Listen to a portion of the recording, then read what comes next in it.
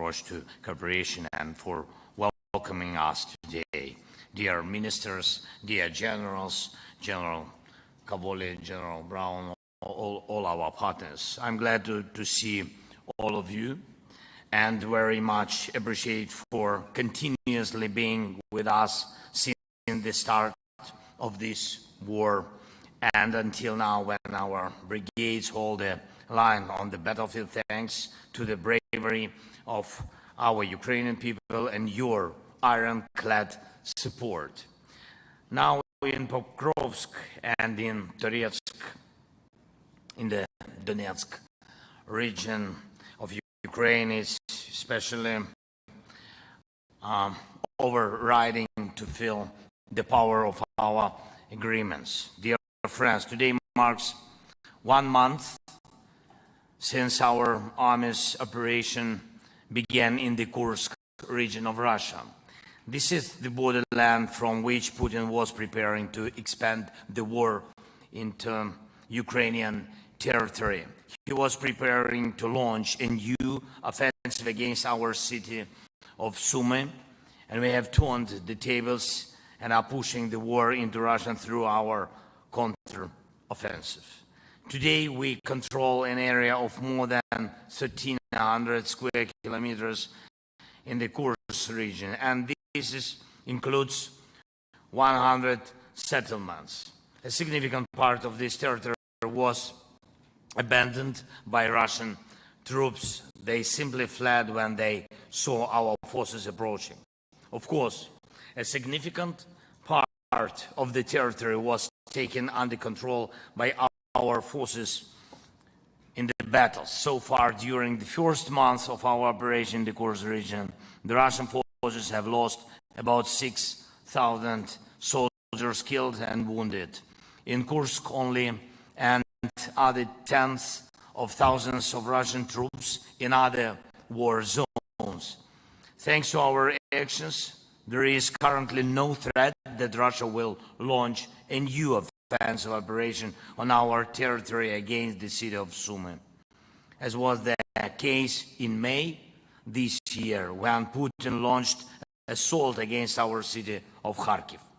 We also see changes in the overall war situation. First of all, as a result of our actions, Putin has shown his real interest.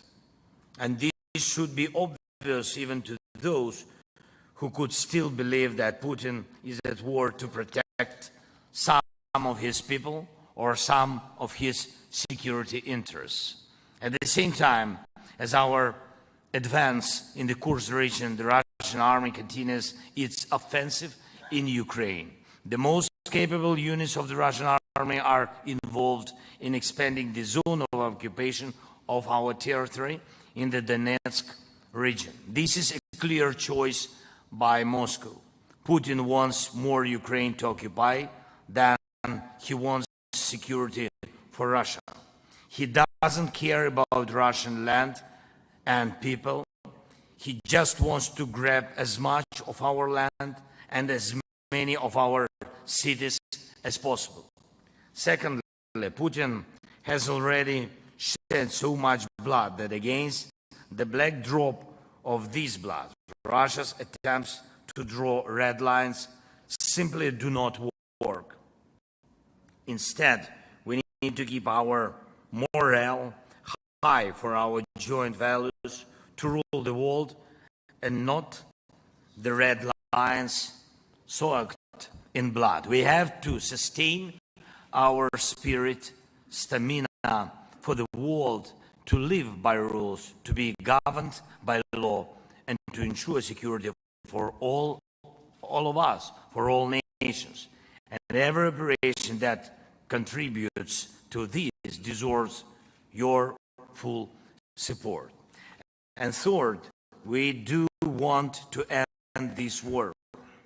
We want peace. We want to save our people, first of all, our country. And it is Putin who doesn't want peace and is obsessed with territorial conquests. He wants our cities or the ruins that remain of them. And that is why we need strength. We need to force Russia to seek peace. We need to make Russia cities and even Russian soldiers think about what they need, peace or Putin. And it is realistic to push them to choose peace. Dear our partners, dear our friends, I want to say a few things now in public and some things later without the press. You all know that we are operating with a minimum of weaponry. Yes, we are grateful very much for every support package that is provided to Ukraine from you, from your countries. But we need more weapons to drive Russian forces off our land, and especially in the Donetsk region. Now, there are many people here at Ramstein who are actually warriors. And each of you understands how important it is for a soldier to know that the front line is not only based on a soldier's loyalty to his country and his oath, but also on a sufficient supply of weapons. That is why it's important that every support package that is announced is promptly put to work on the battlefield without any delay. The fighting in the Donetsk region depends on this. If Putin does not have any achievements there, he will not have any achievements anywhere or in anything. Next, I'm grateful to all partners for the fact that the NATO summit in Washington was marked by decisive on air defense systems for Ukraine, and I will not speak openly now about the number of systems we have received. Thank you so much again. But the number of air defense systems that have not yet been delivered is significant. This is what was agreed upon, and this is what has not been fully implemented. The world has enough air defense systems to ensure that Russian terror does not have results. And I urge you to be more active in this work with us on air defense, and we have already started operating F-16s. Thank you for the support, Secretary, and to you partners. And they strike down missiles and drones. They are very efficient, but they are few, you know about it, and we need much stronger fleet of F-16s. And I have proposals that I will say when the press leaves. Third point, long-range capability. I'm glad that the United States, United Kingdom, France, Italy are represented here. Thank you so much. And I want to say this openly so that there is no speculation. Thanks to our joint courage, we have implemented very important operations, in particular in Crimea. These operations allowed us to return security to the Black Sea and our food export. Now we hear that your long-range policy has not changed, but we see changes in the ATACMS, Storm Shadow and Scalps, a shortage of missiles and cooperation, and this applies even to our territory, which is occupied by Russia, including Crimea. We think it is wrong that there are such steps. We need to have this long-range capability not only on the occupied territory of Ukraine, but also on the Russian territory. Yes, so that Russia is motivated to seek peace. And one more thing I would like to say, investments, we are very ready to produce more of our own weapons right here in Ukraine. We are ready to work with you on joint production. This includes drones, missiles, and other weapons that have proven themselves in combat and can strengthen your men and women in the defense forces after this war. To achieve this, we need funding. We are ready to quickly produce everything that will help us bring this war to an end, namely by putting decisive pressure on Russia for real peace. Let's make this fall a time for Russian aggression to fall in a way that will end the war and restore a reliable international security order. We must do it. Again, thank you very much for all your support. Thank you so much for the invitation, Secretary. Slava Ukraini. Thank you. Thank you so much.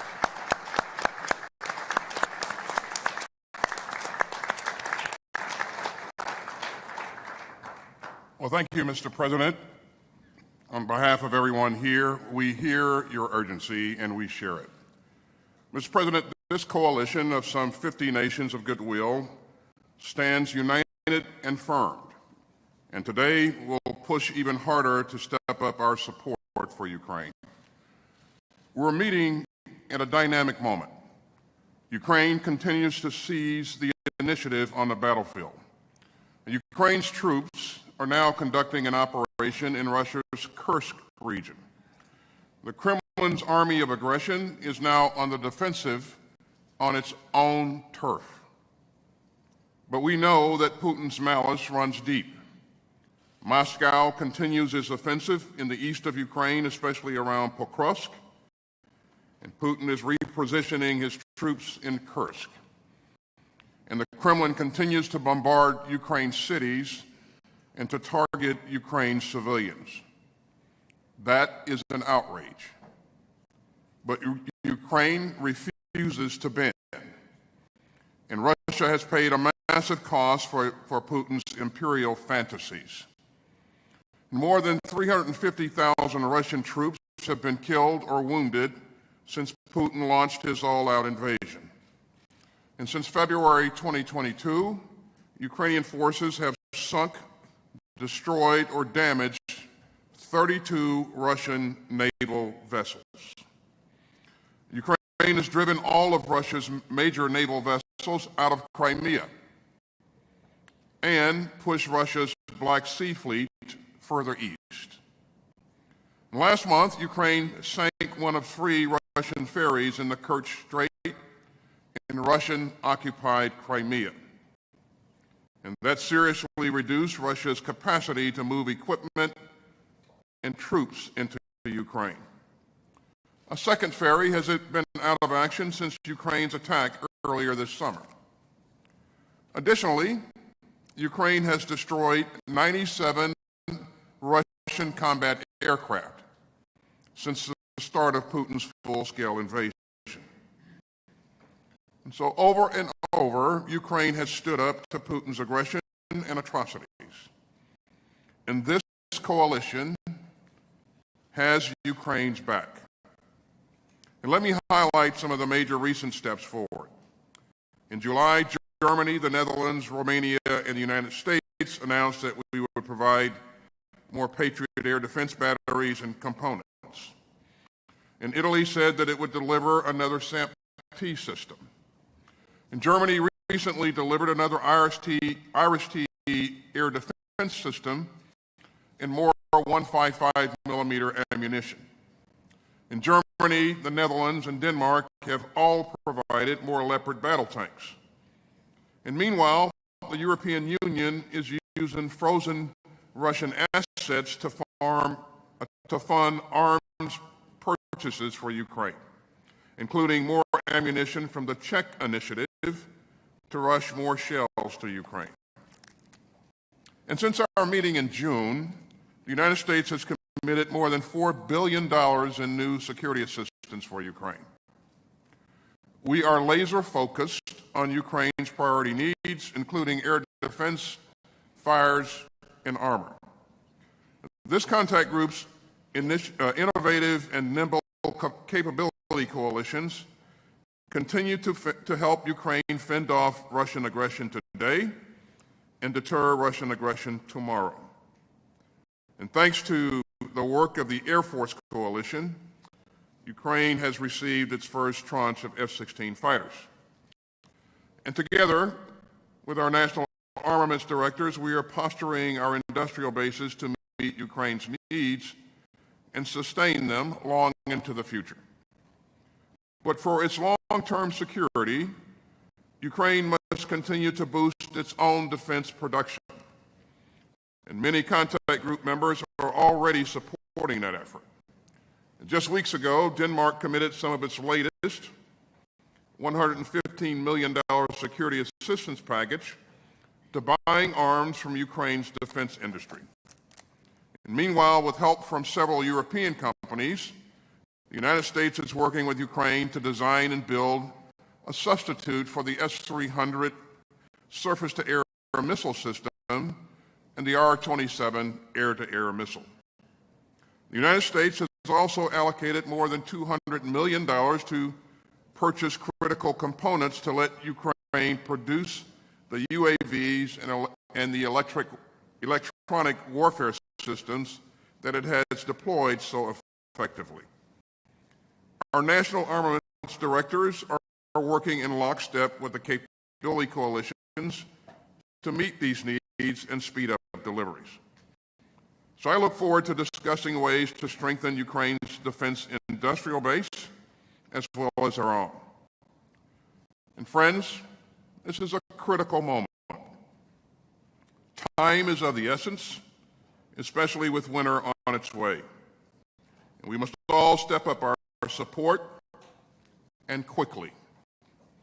So I'm pleased to say that President Biden will announce today an additional $250 million security assistance package for Ukraine.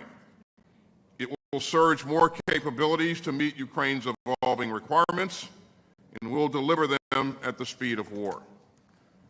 Ladies and gentlemen, when this contact group met in April, President Zelenskyy reminded us all that aggression spreads when it isn't stopped. And he's right. If tyrants think that they can invade their peaceful neighbors, we will all be less secure.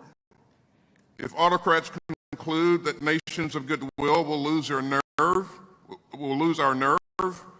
and abandon our principles, our world will become far more dangerous. So make no mistake. If Ukraine is not free, the world is not safe. But this contact group gives us the structure to keep Ukraine sovereign and secure. The coalition is built to succeed, and it's built to last. As President Biden has said, Russia will not prevail in this conflict. The independent people of Ukraine will prevail. And the United States and our allies and partners will continue to stand with them every step of the way. So thanks for being here. And with that, we'll pause while our friends in the media depart. Thank you very much.